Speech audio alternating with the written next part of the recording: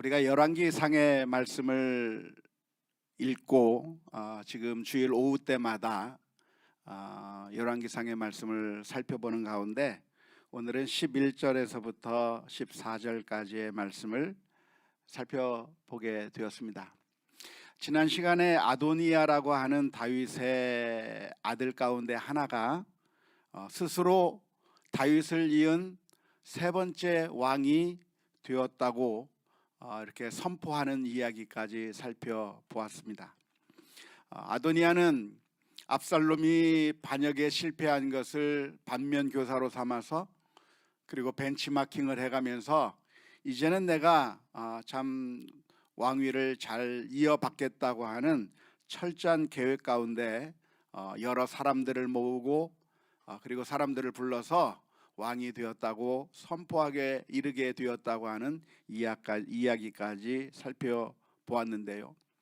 만일 이렇게 아도니아가 정말로 이스라엘의 세 번째 왕이 된다고 한다면 그 왕이 된 소식이 가장 비극적으로 들릴 사람이 누가 있을까요? 누가 가장 비극적인 소식으로 듣겠습니까? 물론 국민들이 좀 비극적일 겁니다. 다윗과 같은 좋은 왕, 또 솔로몬과 같은 좋은 왕이 우리들의 왕이라고 한다면 참 좋겠지만, 정말 왕이라고 하는 직분은 이렇게 뭔가 거만한 그리고 교만한 자리가 아니라, 사실은 왕이라고 하는 직분은 백성들을 도와주고 섬기고, 막힌 것이 있으면 뚫어주고, 문제가 있으면 해결해주고, 정말 백성들을 위해서 존재하는 게 왕인 것인데, 그런 왕의 사명이 없이 그저 왕이 누리게 되는 그 영광, 왕이 누리게 되는 그 화려함, 그게 탐이 나서 왕이 된다고 한다면 가장 큰 피해를 누가 당하게 될까요? 국민들이 당하게 되는 것이죠. 물론 국민들에게도 큰 피해가 되겠지만, 그러나 실질적으로 가장 긴급하게 위험에 빠진 사람이 한 명 있을 겁니다. 그게 누굴까요? 솔로몬입니다. 다윗은 이제 늙어갔으니까 이제 왕을 그만둘 때가 됐고요. 사실은 다윗이 솔로몬으로 하여금 세 번째 왕을 삼겠다고 하는 그런 계획 가운데서 이 솔로몬을 우리나라식으로 하면 세자 책봉을 한 거나 다름이 없는 것이죠.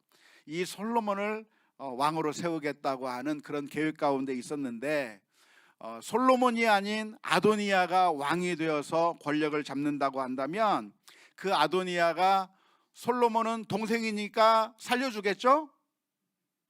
어떻게 됩니까? 죽이는 거죠.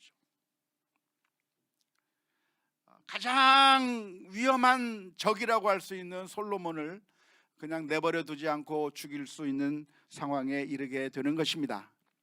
열왕기상 1장 12절 말씀에 보면 이렇게 기록합니다. 이제 내게 당신의 생명과 당신의 아들 솔로몬의 생명을 어떠할 계책? 구할 계책을 말하도록 허락하소서.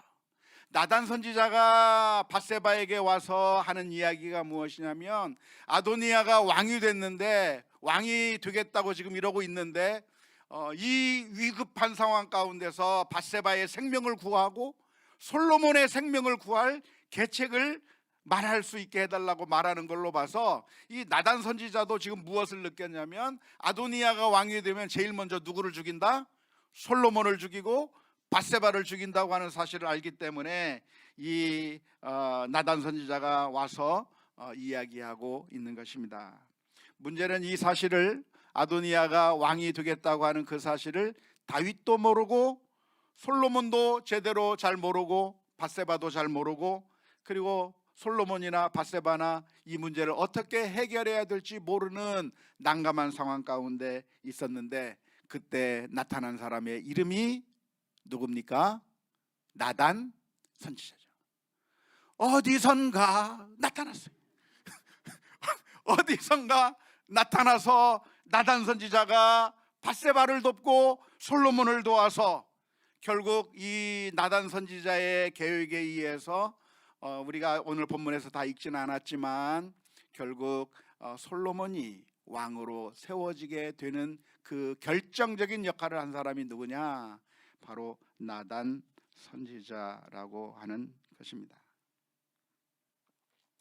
나단 선지자는 밧세바에게 아도니아가 왕이 되려고 한다고 하는 그 사실을 알리고, 그리고 솔로몬을 왕으로 세우기 위한 작전을 실행에 옮기게 되었습니다. 밧세바로 하여금 다윗 왕 앞에 찾아가라고 이야기하는 겁니다. 그리고 밧세바로 하여금 다윗 왕에게 하소연하라고 말하는 것입니다. 다윗이 밧세바에게 약속했던 그 일을 상기시키면서 지금 솔로몬을 왕으로 삼겠다고 했는데 지금 이게 어찌 된 일입니까? 아도니아가 왕이 되었다고 하는데 이게 어찌 된 일일까 하면서 다윗 왕에게 그 사실을 알리라고 이야기했습니다. 왜 다윗에게 알려야만 할까요? 바로 이 문제를 해결할 수 있는 사람은 다윗 한 사람뿐이었기 때문입니다. 솔로몬은 아직 아도니아를 대적할 만한 힘이 없는 것이죠. 물론 솔로몬이 지혜의 사람이기는 했지만 그러나 세력이 없습니다. 도와주는 사람이 없습니다. 솔로몬과 함께한 사람들은 별로 없습니다. 그런데 아도니아에게는 벌써 사람들이 몰려들기 시작하는 것이죠. 사람들은 아주 참 예민해서 누가 권력을 잡는가에 따라서 그 권력을 잡는 사람들 주변으로 사람들이 몰려들게 되어 있고, 몰려들면서 충성 경쟁을 하고, 그러면서 세력이 점점 커지는 겁니다. 아도니아의 세력이 점점 커지는 그 상황 가운데서 솔로몬은 이제 위험한 상황 가운데 있었기 때문에 이 문제를 해결할 수 있는 사람이 누군가? 다윗 왕. 비록 늙고 힘이 없고 모든 것이 연약한 사람이지만 그 다윗 왕 앞에 이야기하게 만들었고, 그러면 가서 다윗 왕 앞에 이야기를 하면 나단 선지자가 들어와서 도와주겠다고 하는 그 이야기를 오늘 본문의 말씀 가운데서 읽었습니다. 사실 이렇게 나단 선지자가 솔로몬을 도와주는 것은 아주 위험한 일이었을 거라고 생각을 합니다.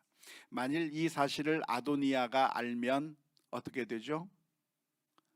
나단 선지자도 아도니아가 죽일 수 있는 겁니다. 돈과 권력 이런 것은 엄청난 우상이기 때문에 그 돈을 얻기 위해서, 권력을 얻기 위해서 사람들은 무슨 짓이라도 하는 겁니다. 심지어 선지자도 죽이는데 눈 하나 깜짝하지 않을 것이죠. 그 예를 우리는 어디서 봅니까? 사울 왕이 아히멜렉 제사장을 죽이는 거에서 알 수가 있습니다. 사울 왕은 그 아히멜렉 제사장이 다윗을 도왔다고 하는 그 사실 때문에 분노해서 제사장을 죽이는데 전혀 망설이지 않았습니다. 하나님의 일을 하고 있는 그 제사장도 사울 왕이 죽이는 겁니다. 하나님의 사람을 죽이는 겁니다. 왜? 권력의 욕심 때문에. 그것이 우상이 되면 하나님도 눈에 보이지 않게 되는 그런 결론이 나오게 되는 것이죠. 그러니까 지금 나단이 솔로몬을 도와준다고 하는 것은 사실 나단 선지자에게는 굉장히 위험한 일이었음에도 불구하고 자신의 목숨을 내놓고 솔로몬을 도와준 것입니다. 결국 그렇게 해서 솔로몬이 왕이 되게 되었는데요. 솔로몬이 왕이 되는데 1등 공신을 꼽으라고 한다면 어쩌면 나단 선지자를 꼽을 수 있을 것입니다. 우리가 잘 아는 대로 솔로몬은 지혜의 왕이었습니다. 하지만 그 지혜의 왕이 될 수도 있는 이 솔로몬이 꽃도 피워보지 못한 채 조용히 사라질 그런 아주 긴박한 상황 가운데 있었는데 나단 선지자가 나타나서 도와주었고, 그래서 결국 그 나단 선지자의 도움 때문에 솔로몬이 왕이 되게 되었던 것이죠. 우리는 종종 위대한 인물들만을 기억합니다. 예를 들어서 다윗 왕을 기억하고 솔로몬을 기억하고 모세를 기억하고 엘리야를 기억하는 것이죠. 솔로몬 하면 그 솔로몬이라고 하는 사람은 지혜의 왕이구나. 솔로몬의 시대 때 이스라엘은 아주 부강한 나라가 되었고, 솔로몬의 시대 때 이스라엘은 아주 국력이 많이 커지고 정말 훌륭한 왕이라고 하는 사실을 우리는 기억하고 있습니다. 하지만 솔로몬은 어떻게 솔로몬이 될 수 있었는가? 어떻게 될 수 있었습니까? 나단 선지자가 도와주었던 것이죠.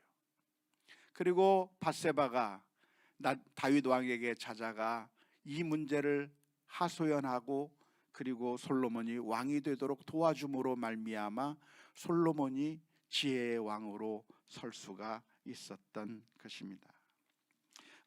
우리는 솔로몬에게만 집중하기가 쉬운데, 사실은 솔로몬이 되기까지 그 주변에 있었던 수많은 사람들의 도움의 손길들이 있었다고 하는 사실을 기억해야 되고, 오늘 본문에서는 그 일을 누가 했는가? 나단 선지자가 했고, 그 일을 또 누가 했는가? 밧세바가 했다는 것입니다. 오늘 이 말씀을 우리가 읽으면서 우리는 우리들에게도 아주 중요한 사명이 있다고 하는 사실을 발견할 수 있으면 좋겠습니다. 우리는 어떤 사람만 기억하죠? 이 세상은 어떤 사람만 기억하죠? 탁월한 사람들만을 기억합니다. 아주 뛰어난 사람만을 기억하죠. 여러분들이 기억하고 있는 탁월한 사람은 누굽니까? 손흥민 선수? 김민재 선수? 또 누구를 기억합니까? 예? 김효남 권사님? 아주 탁월한 사람들만을 기억하는 거죠. 우리 교회에서 무용 그러면 기억하는 거죠. 하지만 이 세상은 오로지 두각을 나타내는 사람들만 기억하지만, 그러나 그 사람들이 혼자 그렇게 된 것이 아니라 그 자리에 올라가기까지 많은 사람들의 도움이 있었다고 하는 사실을 기억해야 하는 것이죠.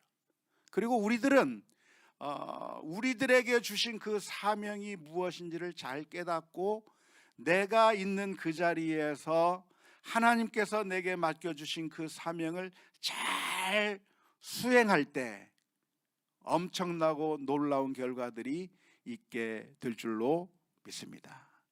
우리 주일학교에서는 우리 주일학교 교역자와 그리고 선생님들이 우리 아이들을 가르칩니다. 아이들을 가르치는데 이 아이들이 나중에 커서 어떤 인물이 될까요? 아주 위대한 인물이 탄생할 수 있는 거죠.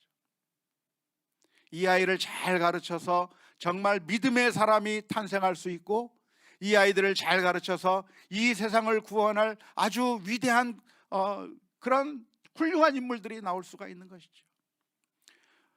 사실 우리 가정에서 우리 어머니들이 하는 일, 우리 아버지가 하는 일, 그 일들이 결코 작지 않습니다. 하나님께서 우리 가정을 주셨는데, 이 가정을 통해서 우리 아이들을 잘 양육하는 일을 하게 된다고 한다면 그 일이 작은 것이 아니라 사실은 우리들에게 맡겨주신 사명이고, 그 사명을 잘 감당할 때 결국에는 하나님께서 우리에게 주신 사명을 잘 꽃피워낼 수가 있는 것입니다. 모세라고 하는 사람은 이스라엘 민족을 저 애굽 땅에서부터 건져내서 그리고 가나안 땅으로 인도해낸 그런 위대한 이스라엘 민족의 지도자였는데, 모세라고 하는 사람은 어떻게 탄생했는가? 어떻게 탄생했습니까? 요게벳이라고 하는 믿음의 어머니가 있었던 거예요. 바로 왕을 두려워하지 않고 모든 남자아이는 다 죽이라고 하는 그런 지엄한 명령이 있음에도 불구하고 목숨을 내놓고 이 아이를 살린 거예요. 이 아이를 살리다가 더 이상 감출 수 없으니까 이 아이를 나일강에 띄워놓는 거예요. 갈대상자 만들어 놓고 그 아이를 지키는 거예요. 모세의 누이 미리암이 그것을 바라보는 거예요. 그래서 요게벳과 미리암이 그 아이를 살리기 위해서 최선의 노력을 했기 때문에 모세가 탄생하게 된 것이고, 그 모세를 향해서 어머니 요게벳이 젖을 먹이면서 하나님에 대해서 알려주고, 이스라엘 민족의 소망에 대해서 알려주고, 하나님께서 우리에게 어떤 약속을 해주셨는가를 아이 때부터 알려주기 시작해서 이 아이가 점점 장성하게 되어서 이스라엘 민족을 구원해낼 수 있는 위대한 인물이 탄생하게 된 것이죠. 삼손이라고 하는 사사는 그의 마누아라고 하는 사람이 그 아내와 함께 이 아이를 기르기 위해서 정말 최선을 다했을 때 삼손이라고 하는 위대한 인물이 탄생하게 된 것이죠. 바나바라고 하는 사람은 바울을 인도해냈습니다.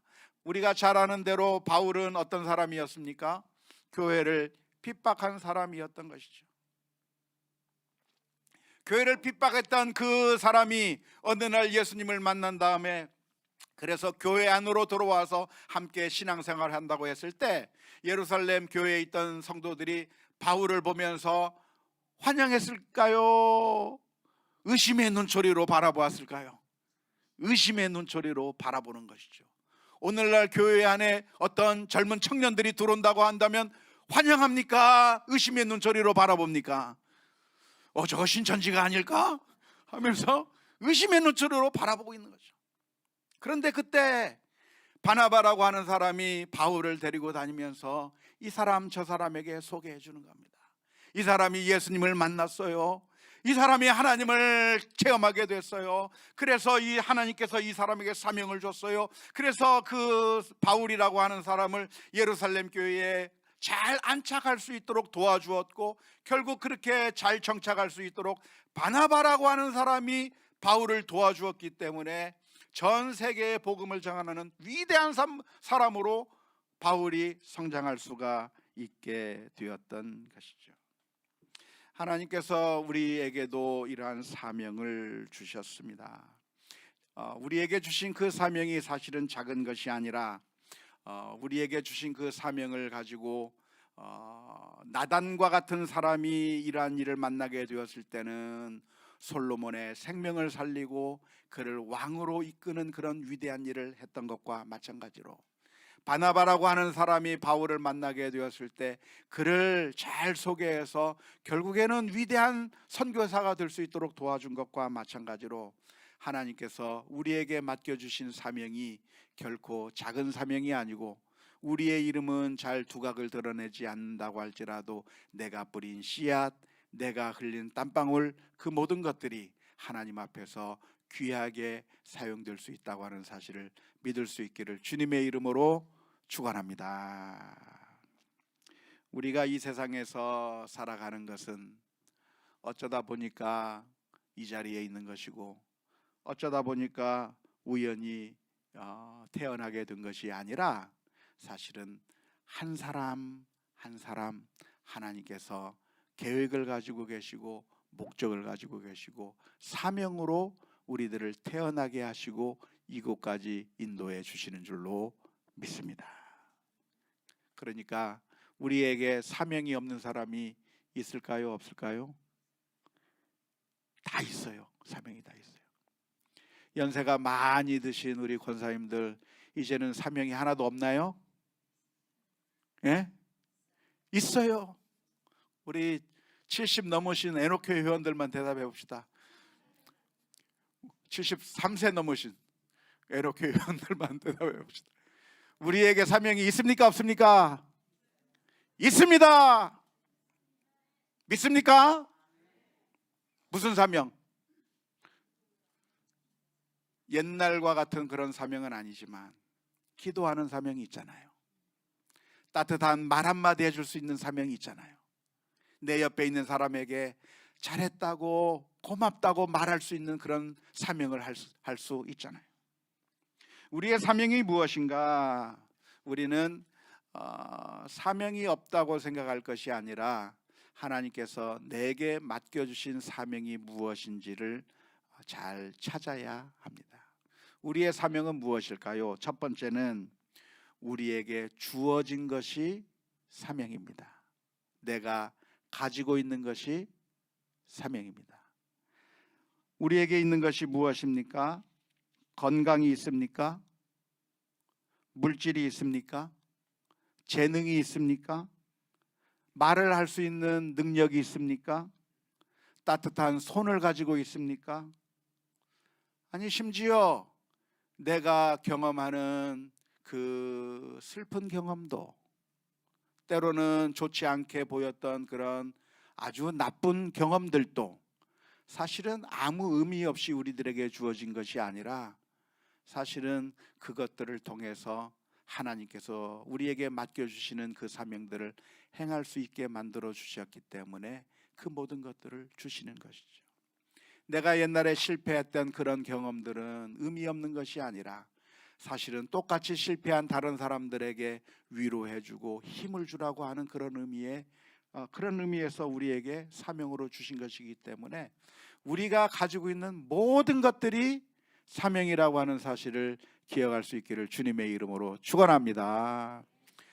집에 가셔서 나에게는 무엇이 있는가를 한번 적어보세요. 여러분들에게 무엇이 있는가를 적어보세요. 여러분들에게 무엇이 있습니까? 예? 볼 수 있는 눈이 있잖아요. 못 보는 사람도 있는데 볼 수 있는 눈이 있잖아요. 들을 수 있는 귀가 있잖아요. 만질 수 있는 손이 있잖아요. 아니, 지금 살고 있잖아요. 생명이 우리에게 있잖아요. 지금까지 우리가 가지고 있는 그 모든 것들이 아무 의미가 없이 우리들에게 주어진 것이 아니라 우리가 가지고 있는 모든 것들은 그 어느 것도 그냥 아무 이유 없이 준 것이 아니라 사실은 하나님께서 내게 은사로 주신 것이고 사명으로 주었다고 하는 사실을 기억하면서 우리가 던져야 될 질문은 내게 있는 것이 무엇인가를 질문해 보아야 되고, 더 나아가서는 이 있는 것으로 나는 무엇을 위한 사명으로 이것을 가지고 있을까 질문할 수 있는 우리 모두가 다 될 수 있기를 주님의 이름으로 축원합니다. 두 번째로 우리가 가지고 있는 사명이 무엇입니까? 그것은 우리가 처한 상황이 사명입니다. 사마리아 사람은 길을 가다가 강도 만난 사람을 보게 되었습니다. 그렇게 강도 만난 사람을 만나게 되었을 때 제사장과 레위인은 이것은 내 사명이 아니라고 생각하고 그냥 지나치고 말았습니다. 하지만 사마리아 사람은 어떻게 했습니까? 저 사람은 나랑 관계없는 사람이 아니라 저 사람은 강도 맞는 사람이고 나에게는 2데나리온이 있고 나에게는 포도주가 있고 싸맬 헝겊이 있고 나에게는 낙타가 있어서 이 사람을 싸매주고 치료해주고 이 사람을 데리고 여관에 가서 도와줄 수 있는 능력이 있으니 내가 이 사람을 도와줘야 되겠다고 하는 생각으로 다가가서 도와줄 수 있었던 것이죠. 리브가라고 하는 여인은 물 길러 나왔다가 지나가는 사람을 만나게 된 겁니다. 그 사람을 만나서 목이 마르기 때문에 그 사람에게 물도 떠주고 또한 그 사람이 끌고 온 짐승에게도 물을 주며 사랑을 베풀 수 있는 그런 사명을 주었는데 그것이 얼마나 큰 위로가 된 사명인지 모릅니다. 뿐만 아니라 사마리아 성 문 앞에 있던 4명의 나병 환자들은 그들이 그곳에 있다가 굶어 죽을 수밖에 없는 그 상황 가운데서 아람 진영으로 갔다가 아람 진영에서 먹을 것을 발견했을 때 그들은 거기서 잘 먹고 잘 살고 그리고 끝이 아니라 그들은 먹다가 생각한 거예요.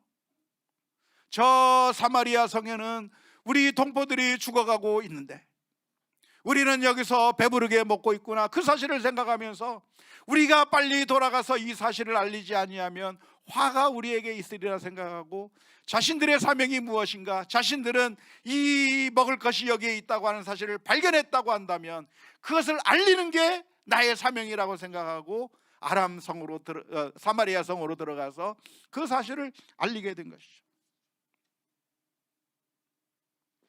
우리의 사명은 무엇인가?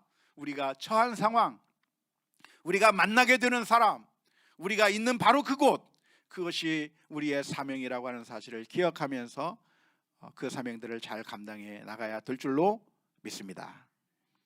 마지막으로 우리의 사명이 무엇입니까? 그것은 우리의 마음이 가는 곳이.